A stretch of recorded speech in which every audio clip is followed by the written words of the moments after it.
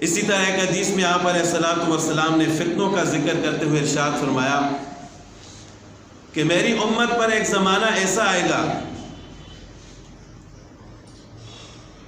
کہ لوگ مسلمان آپس میں لڑیں گے، یعنی ان کے درمیان ایسی دشمنیاں پیدا ہو جائیں گی کہ وہ ایک دوسرے کو قتل کریں گے،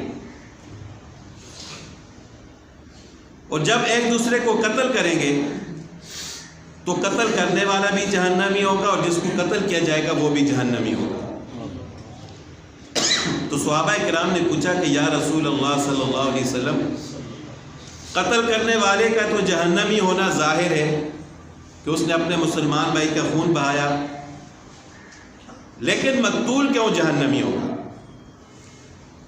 تو آپ صلی اللہ علیہ وسلم نے فرمایا کہ وہ بھی اپنے مسلمان بھائی کے قتل کے ارادے سے نکلا تھا، یعنی اس کا بھی ارادہ یہ تھا کہ میں اس کو قتل کروں گا،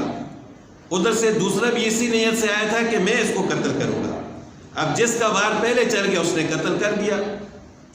لیکن دوسرا بھی آیا اسی سے ارادے سے تھا اور اس کے پاس بھی اسلحہ تھا کہ میں اپنے مسلمان بھائی کو قتل کروں گا، اس وجہ سے وہ بھی جہنمی ہوگا۔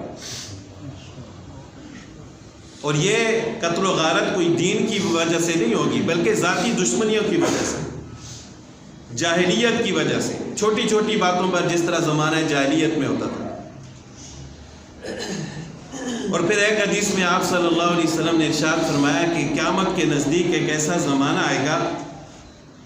کہ جس میں حرج بہت زیادہ ہو جائے گا، کثرت سے حرج ہوگا۔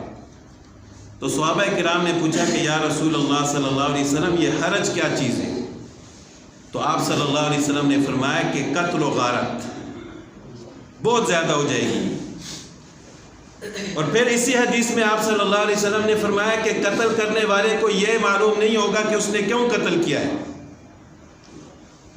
اور جو مقتول ہوگا اس کو یہ پتہ نہیں ہوگا کہ مجھے کیوں قتل کیا گیا ہے۔ یعنی افواہوں کا زمانہ ہوگا، لوگ سچ کو چھوڑ کر جھوٹ کے پیچھے چلیں گے، افواہوں پر یقین کریں گے تو ایک دوسرے